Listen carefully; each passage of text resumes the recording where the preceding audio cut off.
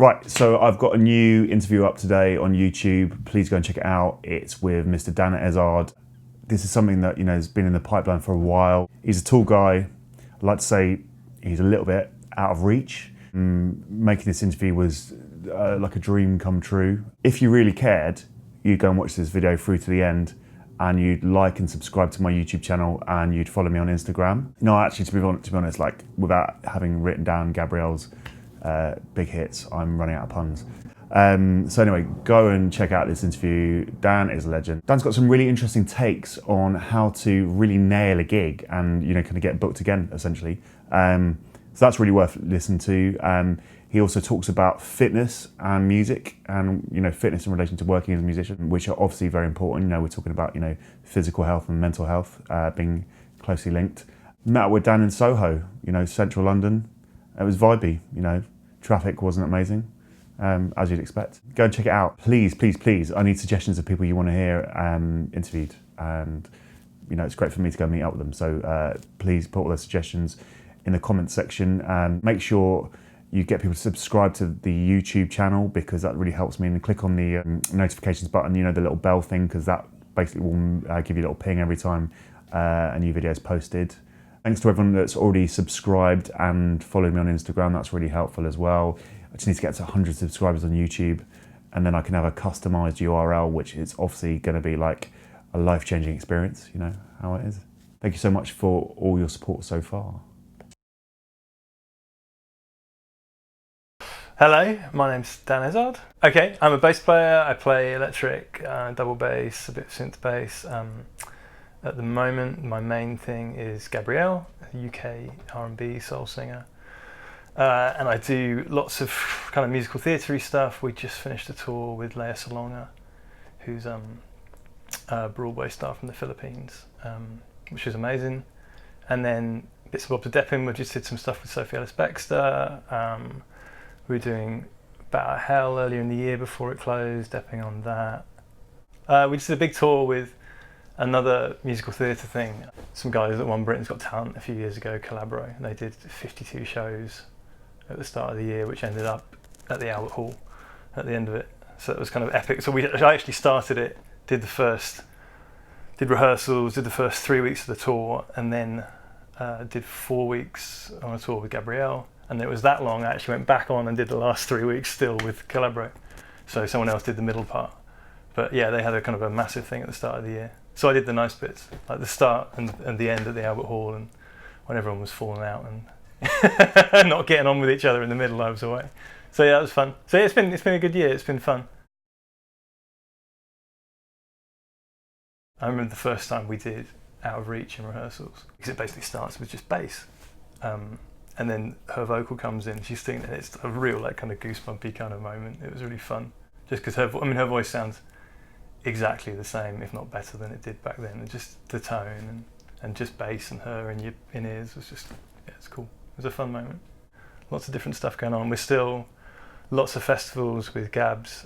This weekend we're doing a couple of festivals, and so that rolls on till pretty much the end of September, and then we'll see. I've been doing it about 3.5 years now. Like most things, I knew the guitarist, a guy called Mac Douglas, who I'm sure you know. So Mac was doing it, has been doing it for a long time, isn't doing it anymore. But yeah, I was friends with Mac, and when it was Joey Grant who was playing bass before that, when he left, his brother Jesse took over the MDing of it. Jesse's a drummer, so I worked with Jesse before in the past and knew Mac. Yeah, and just got in from there really. Initially, the first year or so, they were just doing the occasional show. We did sort of 2 or 3 shows. They were doing kind of bits and bobs of acoustic-y kind of stuff with a small band and no bass player.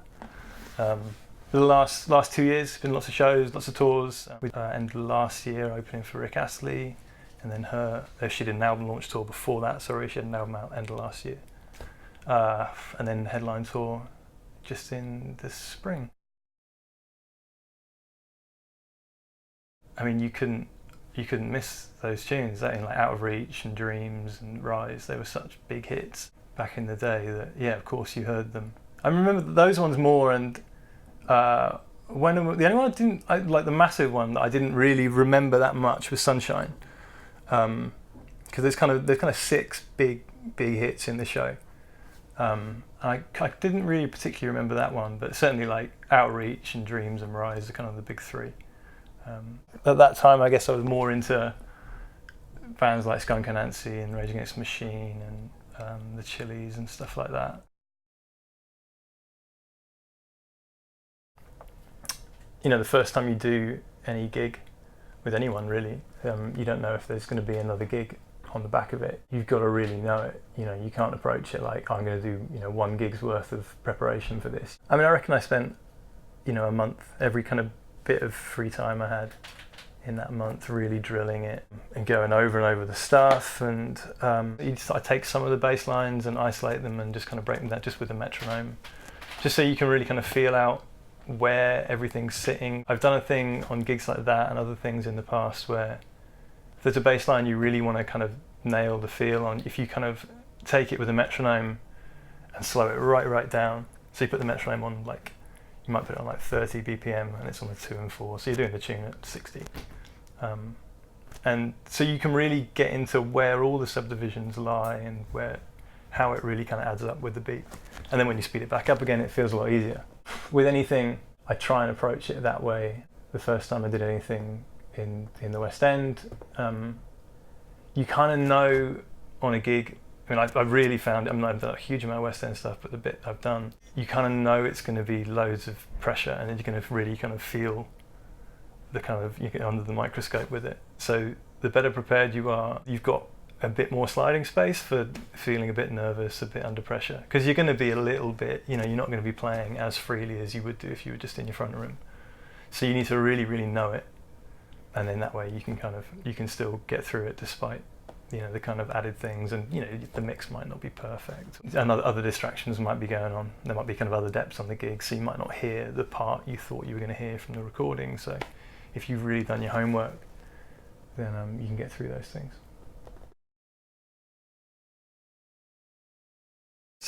I think it's my personality really. I've always kind of been that way. Actually, I was going to say from uni, but actually, if I think right back to when I first started doing my grades, I found it much easier to have a real kind of plan of what I was working towards the whole time.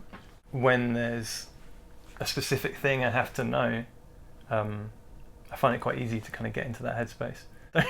I don't really like the chance of like having to just blag it, or you'll just feel it, you'll just hear it. I'd rather know it.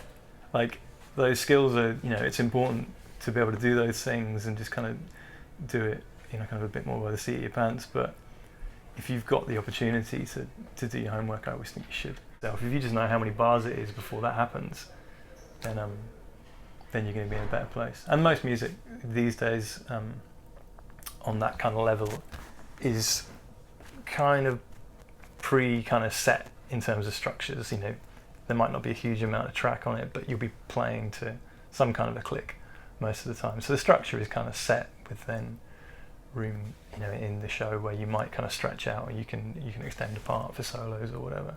So you know it's going to be that way. And when you get given a show like Gabrielle or like with Sophie, you're given, most of the time at least anyway, you're given the bass stems, you're given the click track.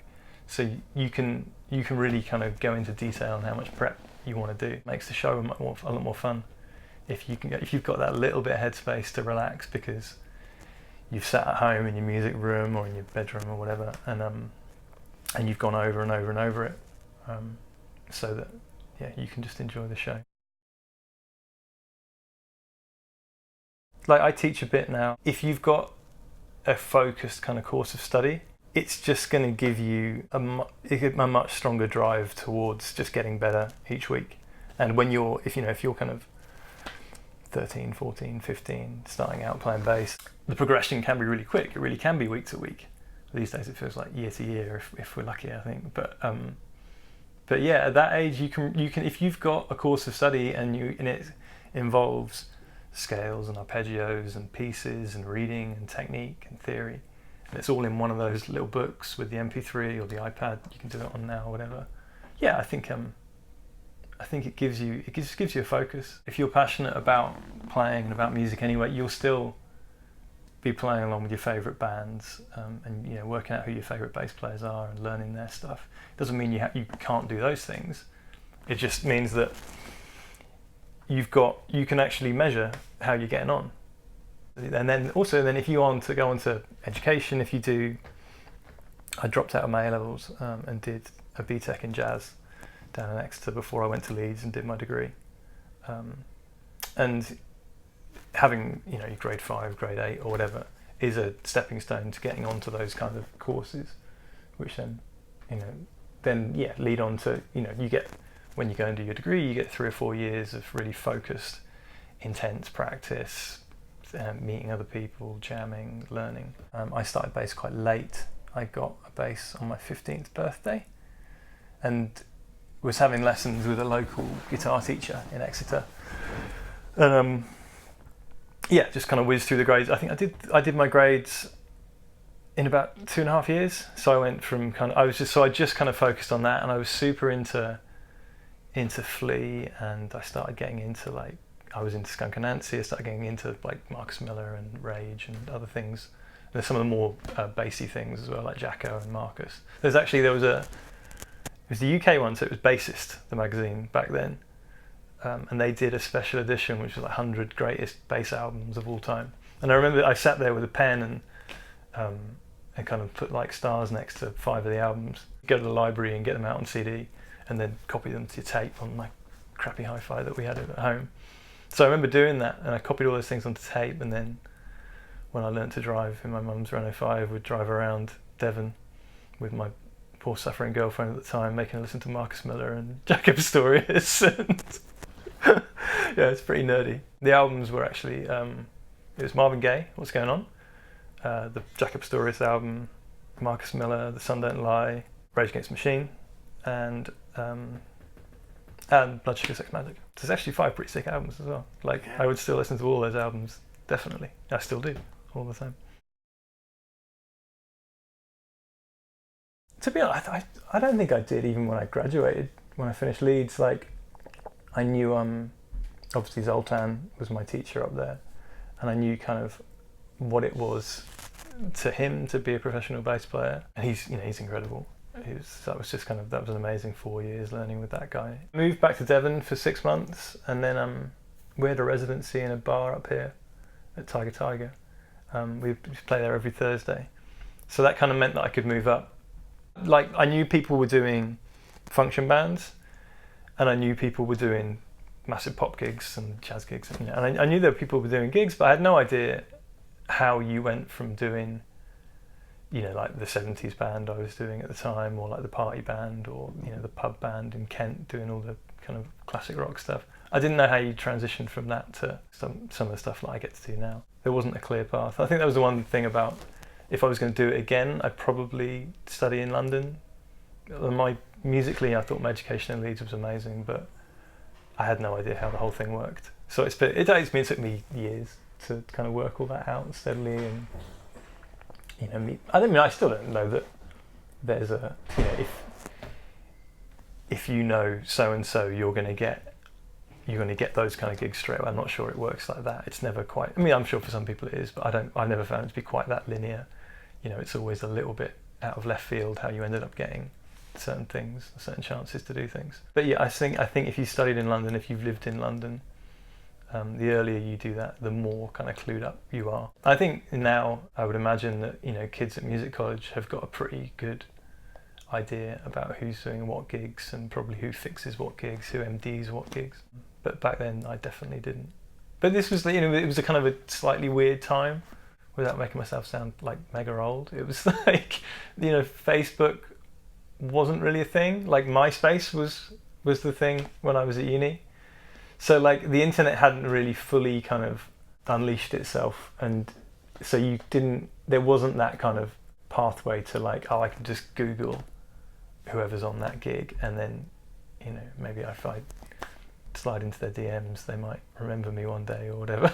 However it works, but so yeah, it was a little bit more, I guess, kind of jobs for the boys back then, and I didn't know who the boys were. It took a while of lots of bar jobs and lots of temping, and lots of bits and bobs for a lot of my 20s, really. You know, I was always working, I was always gigging a lot, but I definitely did a lot of other stuff on the side for a long time. The level of preparation is something that I know I can control, and I kind of pride myself on is being, you know, if not the most, but one of the most prepared people in that room when you do that first rehearsal, or if you have to go on and just do the first show, you know, with no rehearsal or whatever. It's just the way I've always found it easier to work. As you kind of get further along, you know, if someone's asked you to cover their gig and you know you've got to play in front of 10,000 people and you know Kylie's band are in the wings watching or whatever, then you kind of really want to make sure you know that stuff. And I would just be panicky if I didn't do that kind of level of preparation. I'd be worried about it too much. I've always tried to be quite conscious of sound. Yeah, you know, the kind of basics. Know the stuff, sound, feel, play the part as well. Don't, you know, there's room to play expressively, but you kind of want to, especially if you've learned a live arrangement from someone already, play the record. And in a lot of time, and especially like the records were hits for a reason. So until you've kind of settled in and worked out where the spaces are in the music and what everyone else is doing, just play the record. And that was always, I think that was quite a big lesson from early on. There's a drummer we used to work with when I first moved to London, who was like a machine, an amazing drummer. But his thing was like super like, just, you know, play the record. And we were playing like Tower Power stuff and Earth, Wind and Fire, and like, you know, the records are so good. You know, that the bass part on In the Stone doesn't need a lot of messing around with. You know, if you play it and nail it, it's going to sound really good. Try not to be a dick. Helps. I'm working on that one. I endorse Overwater basses and Aguilar amps. I've used Overwater since I was about 24, 25. So that's like over 10 years now. And they gave me a deal on one of their super deluxe custom jazz basses, 5-string, when I had no right to get a deal on such a nice bass. And that's been pretty much my main bass for everything. Since then, it's just a killer instrument and super flexible. And it just kind of feels like home at this point, I guess. I have a Fender Jazz, which I put some Aguilar pickups in, and you know some other bits and bobs, the Lachlan fretless. But I pretty much play the Overwater on everything, stuff like that. On the Gabrielle gig, I use both. So some of the more kind of old school stuff, I'll play the Jazz on it. But most of that gig is a 5-string gig anyway. It just changed. It had the preamp I had in it for years was starting to degrade a little bit. So last time I was in Carlisle on tour, I popped in and Chris May took it apart, and we put one of their new East Overwater preamps in it. The output is a lot more balanced. It's more of the level of a passive bass anyway now, but then with, you know, loads of flexibility in the controls and the EQ and everything. So actually, the nice thing about that is when you use it with pedals. I remember particularly like my OC2, when I played my Overwater with the old preamp through it, it would kind of crap it out a bit. It was like a little bit too hot for it. Actually now they've changed the preamp. It's a lot more balanced.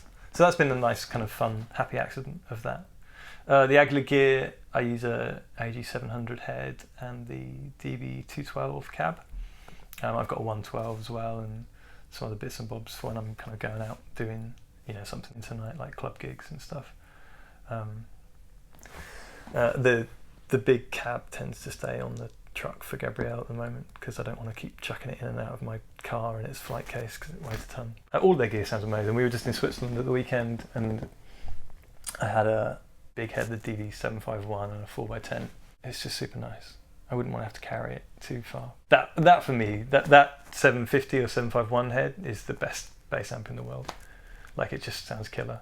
I mean, I've used SVTs and, you know, the kind of classic things in the past, which I really like sometimes, and then some of them are a bit kind of agricultural. But anytime I've got to use one of those nice big Aguilar ones, they sound killer. My AG700 is, you know, you pick it up like it's like picking up a book, and you just chuck it in your bag and off you go. So yeah, it's good for running around town. You can't really run around town with a massive valve bass head. I've got some nice new things. I just got a Noble DI, which kind of everyone seems to be getting into at the moment. Actually as good as everyone says it is. It's a very expensive DI box / preamp, but that sounds amazing, and especially the way things are going these days, I mean, talking about the amps and how much I love the Aguilar gear, no one really on stage is really hearing the amps these days most of the time, you know, everyone, you just hear your in-ears. So the more you can do for your signal before it goes to the, you know, the monitor desk in the front of the house, the better. That's why I think you're getting more and more people using pedal boards these days. It's not just because we're jealous of the guitarists. You want a little bit more control, because, you know, no one's miking up cabs. Well, some people are, but generally you're not going to hear a mic on a bass cab on stage. If you're wearing in-ears, you're not really just going to feel the cab, which is great. I still want one on stage, definitely. But the sound you're really hearing is from the DI, from your in-ears. So the Noble sounds amazing, and I've got a bunch of pedals on a pedal board. Gig rig actually has been a really cool thing. I just got the Quartermeister, the one with 6 loops, because I always avoided pedals for years. On the Gabrielle show, and we started Outreach, and I just had my old like Boss tuner in the line, and it crapped out. We were at King Tut's Wah Wah Hut, which I'd always wanted to play because I was just reading the NME, like Oasis playing there. I was super excited. I was telling all the guys in the band, like, no one had a clue what the venue was, and I was like, it's really amazing. And we got to that tune, and I walked to the front of the stage, all proud, the place just like rammed, and started the tune. It's like, like the tech's running on stage, and the tuner's going up in smoke, and I'm like, fuck, of all the tunes. So ever since then, I've been like, oh, like I don't want to use pedals. But the gig rig thing, which is like just a true bypass, you know, it's a true bypass switcher basically. So all the pedals are there, but the signal isn't going through any of them unless you want it to. And if something like that did happen, you just bash a button and it's out of it again. A few years ago, I did a bunch of touring with an artist called Earl, and we did a load of stuff in the UK, and then we were out in Germany for quite a lot. So we were kind of on the road for like 2.5 months, and it was kind of 3 of us in a Ford Galaxy, sharing rooms, and it was kind of pretty rough and ready. I mean, there were great elements to it as well, but like, yeah, there wasn't a lot of personal space. So going for long runs or just walking or whatever, but I was running a lot because I was training for an Ironman at the time. Kind of kept me sane on that. And it's a nice balance, like when we're on tour with Gabs, the guitarist and myself tend to go to the gym together in the mornings before the show, or go for a run or whatever.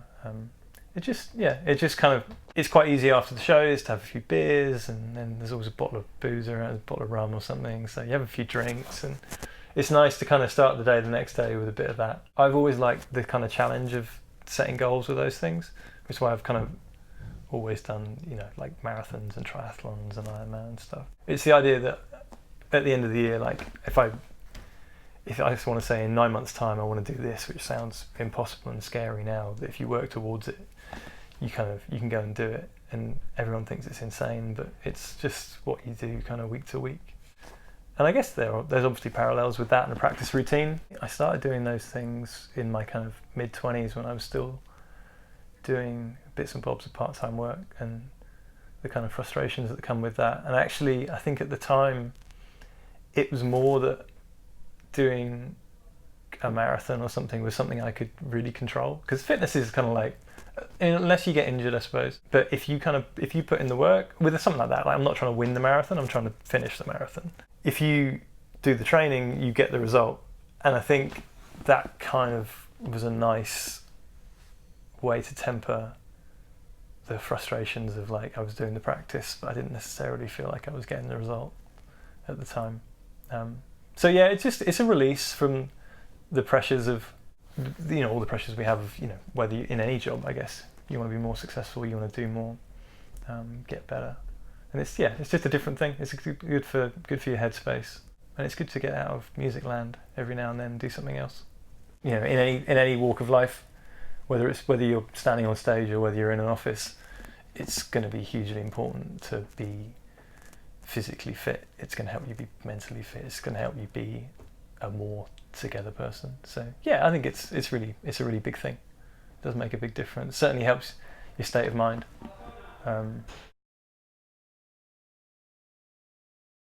That's a weird noise, sorry.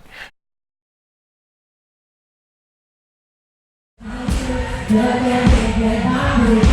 Really